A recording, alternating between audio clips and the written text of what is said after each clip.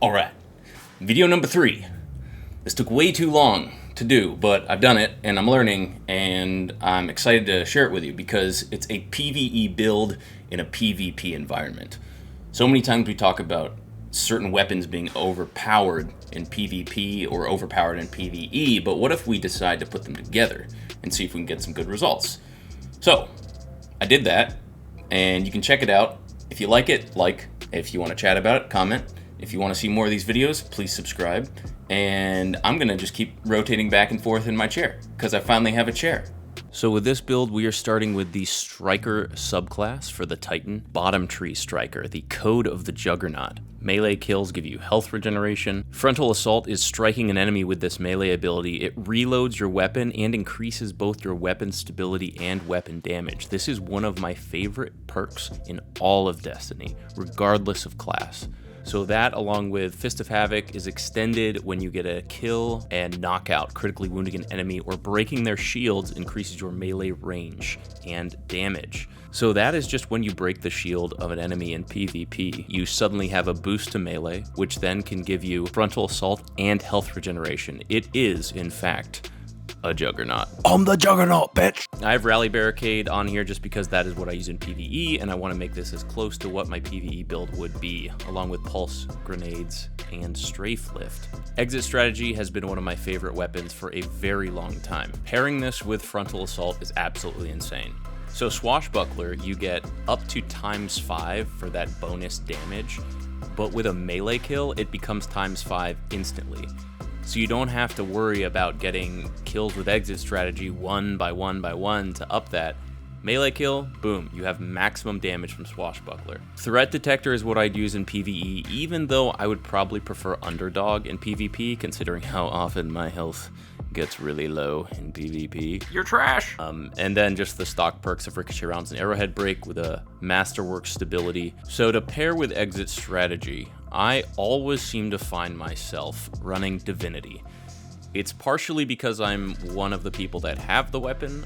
Some of my friends don't have it yet, in particular one friend who still does not have this weapon. And now I'll know if they watched it because they'll probably call me out for saying this. Perfect for PvE, disrupts the enemies. After holding it for so long, it does an extra amount of damage. So we're just gonna see how it rolls in PvP. For my heavy slot, I am running 21% Delirium, because even though Falling Guillotine is kind of the through and through dopest PvE weapon, I still find myself using 21% Delirium in most cases.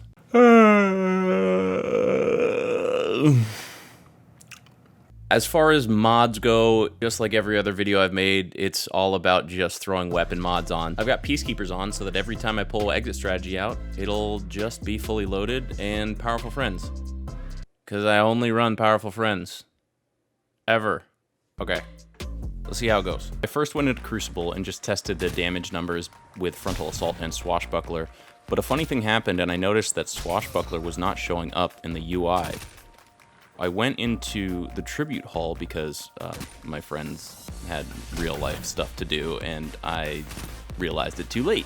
So I went to Tribute Hall and I did testing with base Exit Strategy with Frontal Assault, Exit Strategy with Swashbuckler ×5, and then Swashbuckler and Frontal Assault. The way that I did this was just switching off to the Surrounded perk first, so I wouldn't be getting that Swashbuckler procced as well. And as you can see, the numbers add up. You are getting bonus damage from Swashbuckler ×5 and Frontal Assault. So that was pretty cool to find out, even though it's not showing up on the screen. So now that we have the interesting stuff out of the way, let's move into the fun stuff. Actual gameplay. It's a pretty sweet loadout. I had so much fun running this. The TTK with Exit Strategy is really solid. Pretty decent start to the match. Just kind of trying to hold down C, considering we're down 1-2. Yeah, Delirium just rips at close range. I mean, it's absurd how much fun it is. It's like an SMG on, well, on, like, gamer supplements or something. I'm not sponsored, but there is one brand that I really do like. We'll see what happens. I tend to push a lot in Crucible. This is one of the reasons that if you ever look up my stats, go for it. Nothing impressive, because I'm constantly just trying to rush.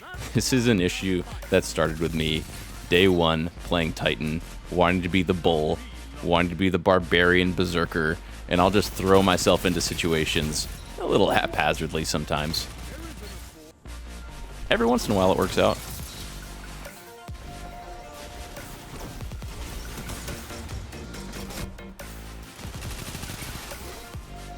One of the issues I have come across with Divinity is that in a 1v1, I actually can do pretty well, but if it's a 1v2, this weapon is not going to help me out in any event. I'd be much more better off running the exit strategy with my melees and trying to do it that way. So it's just a mindset change where a lot of times the special ammo you think of as the better 1v2 weapon, and with this, it's not really.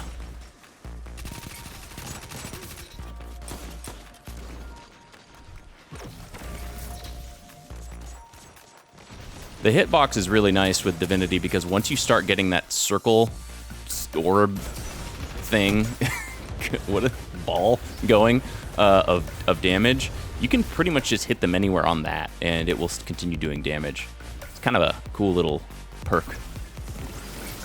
See right there, they strafed to my left, and I was slow to bring Divinity on them, but was still able to be doing damage as they moved, and I was hitting outside of the circle. So, I don't know if you've noticed, but we have been slowly making a comeback in this match from about 30 plus down. And I'm showing this next play because we get the 2-to-1 advantage, and I pop my super in order to clear this room out, hold control of C and B, and it puts us within 1. And this actually launches us into the lead, and we don't really ever look back. So just a little strategery involved in that super. Cool little double melee play there.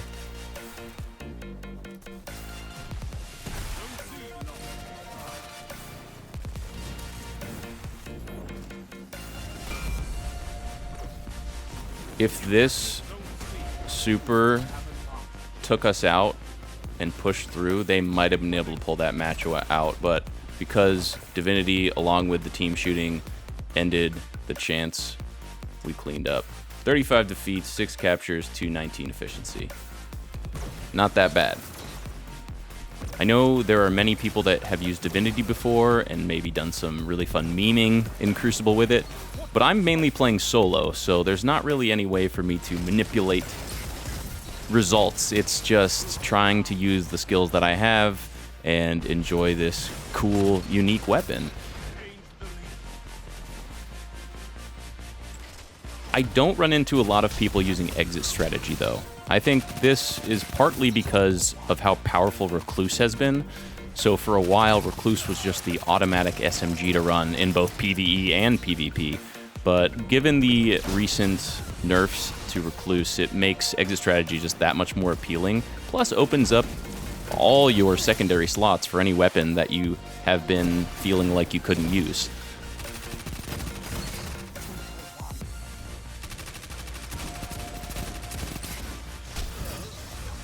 So here I have Frontal Assault and Swashbuckler. Swashbuckler runs out, but I still have Frontal Assault for 11 seconds. So that's something to remember. This is one of the longest timed perks that you can get, especially for damage of any class.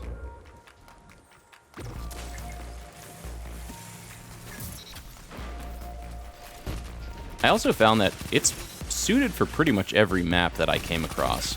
The only one that was a little bit difficult to deal with, I think, was Burnout, mainly because Divinity just didn't have the TTK I needed to be able to contend with all the shotgunners inside, and then also it didn't have the range to deal with the snipers outside. This is a cool super shutdown. Watch this Nova Bomb. Boom! Hey, you gotta have fun with your own gameplay sometimes, right?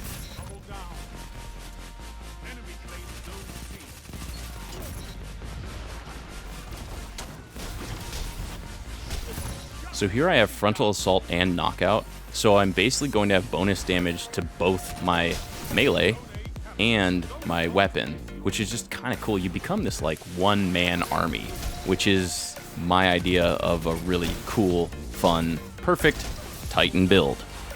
Finish off with a bunch of little melee kills here, which is a lot of fun. And once again, thank you guys for watching. You've been a great audience, and I'll see you next week.